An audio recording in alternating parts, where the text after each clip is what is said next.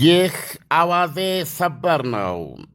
ኢራን ከዛሬ ጋር ለሚቀጥሉት 5 ቀናት የተኩስ አቁም ቀናት ማነቂያው መተላለፊያ ሆርሙዝ ሰርጥ ሙሉ በሙሉ ክፍት ነው ስትላወጀች። ይህን የምሥራቿን ተከትሎ ብታምኑም ባታምኑም የዓለም የነዳጅ ዋጋ በበርሜል 11 በመቶ ቀነሰ። ቁልፉ የንግድ ማነቂያ ነጥብ ሆርሙዝ ለንግድ መርከቦች እንደ ጥንቱ እንደ ጠዋቱ ብላለች ኢራን ወለል ብሎ ተከፍቷል።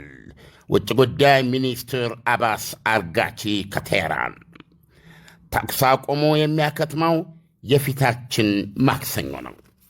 ፕሬዚደንት ዶናልድ ትራምፕ የቴህራንን መግለጫ ዳግማዊ የምሥራች አብሳሪ በመሆን ቢያስተጋቡም የኢራን ወደቦችን የቆለፈው የባሕር ኃይል ከበባችን ግን ከኢራን ጋር ያለን ጉዳይ 100% እስኪፈታ ድረስ ይጸናል ብለዋል በማኅበራዊ ድረገጻቸው።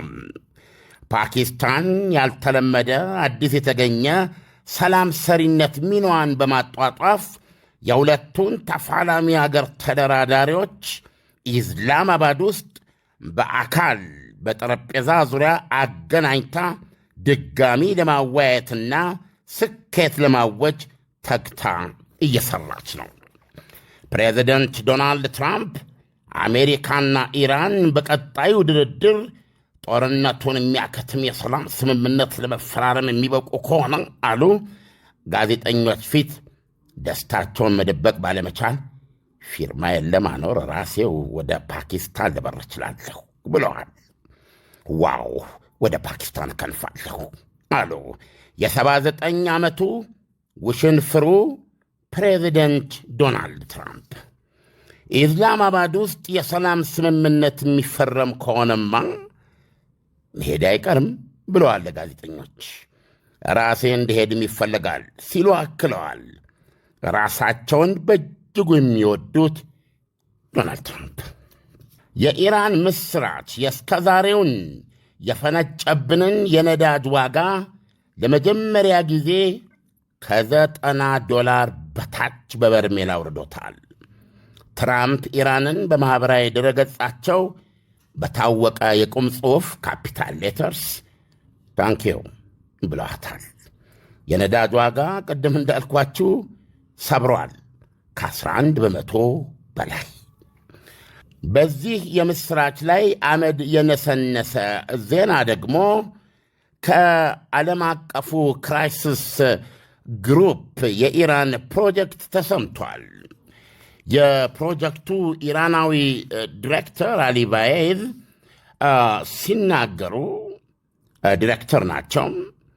የኢራንን ዩራኒየም የማበልጸግ ፕሮግራምን ጨምሮ በተወሰኑ ቁልፍ በሆኑ አከራካሪ ጉዳዮች ላይ በቴህራን በኩል ብዙም መላላት ያለ አይመስልም ብለዋል ሲኤንኤን። ሲቀጥሉም አሜሪካ አሁንም ድረስ ፍላጎቷ ኢራን ከቶም ምንም አይነት ዩራኒየም የማበልጸግ ሥራ እንደማይኖራት ነው። ኢራኖች ደግሞ አሁን ድረስ ይህን የአሜሪካ ሐሳብ ይቃወማሉ ብለዋል። ፕሬዚደንት ዶናልድ ትራምፕ ግን በትናንትናው ዕለት በሰጡት መግለጫ ኢራን የኒውክሌር ሥራዋን ለማቀዝቀዝና የኒውክሌር አቧራ ሲሉ የገለጹት 60 በመቶ የበለጸገ 460 ኪሎ ግራም ዩራኒየምን ልታስረክበን ተስማምታለች ሲሉ በትናንትናው ዕለት ማስታወቃቸው አይዘነጋም። አሁን በደረሰን ዜና ደግሞ ፕሬዚደንት ዶናልድ ትራምፕ ኢራን የሆርሙዝ ሰርጥን አይደለም ለዛሬ ለነገ ወይም እስከ ማክሰኞ ብቻ በፍጹም አሉ። ኢራን የሆርሙዝ ሰርጥን ዳግም ፈጽሞ ላለመዝጋት ቃል ገብታለች ሲሉ ገለጹ። ትራምፕ ሆርሙዝ ሰርጥ ከዚህ በኋላ ዓለምን ማጥቂያ መሳሪያ አይሆንም ሲሉ ተጀንነዋል። በሌላ ዜና ፕሬዚደንት ዶናልድ ትራምፕ ከሮማው ርዕሰ ሊቃነ ጳጳስ ጋር በሰላ ቃላት መነጣረቃቸውን እንደቀጠሉ መሆኑ ተሰማ። ትራምፕ ሲኤንኤን ለምን እርሶ ከርዕሰ ጳጳሱ ጋር እንዲህ ይጋጫሉ ብሎ ላቀረበላቸው ጥያቄ ሲመልሱ ትራምፕ ከእሱ ጋር የተለየ ምንም ጉዳይ የለኝም፣ ትክክለኛ ነገር ከመናገር አኳያ ነው ጠቤ ብለዋል። ሲቀጥሉም ከእሱ ጋር አልተጣላሁም፣ መግለጫ ሰጠ። ኢራን የኒውክሌር መሳሪያ ሊኖራት ይችላል ወይም ይኑራት አለ።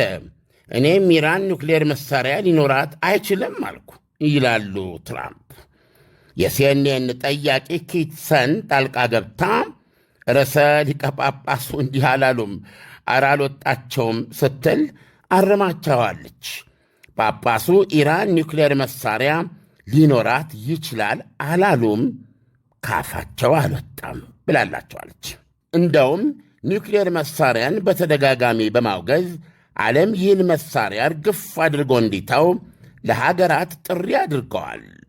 ጳጳሱ እስራኤልና አሜሪካ በኢራን ላይ የከፈቱትን ጦርነት የካቲት ወር አጋማሽ አካባቢ ማውገዛቸው አይዘነጋም። ትራምፕ ቄሱ ላይ ጥርሳቸውን የነከሱባቸው ለዚህ ነው።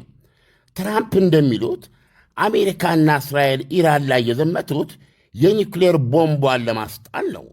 ትልቁ ካህን ሊዮ እስራኤልና አሜሪካ ያደረጉትን ውጊያ መቃወማቸው ፕሬዚደንት ዶናልድ ትራምፕ እንዳዩት ተዋት ኢራን ኒውክሌር ትያዝ መብቷ ነው ማለታቸው ነው።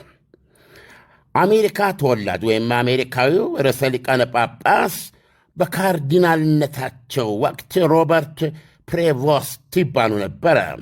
ርዕሰ ሊቃነ ጳጳስ ሆነው የተመረጡት በወርሃ ግንቦት 2025 ነበረ፣ ወይም በዛ ወር በኢትዮጵያ 2017 ማለት ነው። በወሩ ሰኔ ላይ እስራኤል ኢራን ላይ ድንገተኛ ማጥቃት ለመክፈት አፋፍ ላይ በነበረችበት ሰዓት አዲሱ ሊቃነ ጳጳስ ሁኔታውን አስመልክተው ተናገሩ። ኢራንና እስራኤል ውስጥ ያለ ሁኔታ በከፍተኛ ደረጃ ተበላሽቷል። በእንዲህ ያለ አደገኛ ጊዜ ኃላፊነትና ምክንያታዊነት እንዲገዛችሁ ከዚህ ቀደም ያደረጉትን ጥሪ መድገም እፈልጋለሁ። ከኒውክሌር ስጋት ነፃ የሆነ ደህንነቱ የተረጋገጠ ዓለም የመፍጠር ቁርጠኛነታችንን ክብር በተሞላበት ግንኙነትና ቀና ድርድር አማካኝነት መፈጸም አለብን። ወንድማማችነትና የጋራ ጥቅም ላይ የተመሠረተ ዘላቂ ሰላምና ፍትሕ የሚገነባው እንደዚህ ነው ብለው ነበረ። ከቀናት በኋላ ዳግም እንዲሁ ሲናገሩ ቤተ ክርስቲያን በጦርነት ከወደሙ ቦታዎች በተለይም ከዩክሬን፣ ኢራን፣ እስራኤልና ጋዛ ከሚሰሙ የስቃይ ድምፆች የተነሳ ልቧ ተሰብሯል። ጦርነትን እንደ ደህና ነገር መልመድ የለብንም። እንደውም ኃይለኛና የተራቀቁ ጦር መሣሪያዎችን የመጠቀም ጉጉትን እምቢኝ ልንል ይገባል ብለው ነበረ።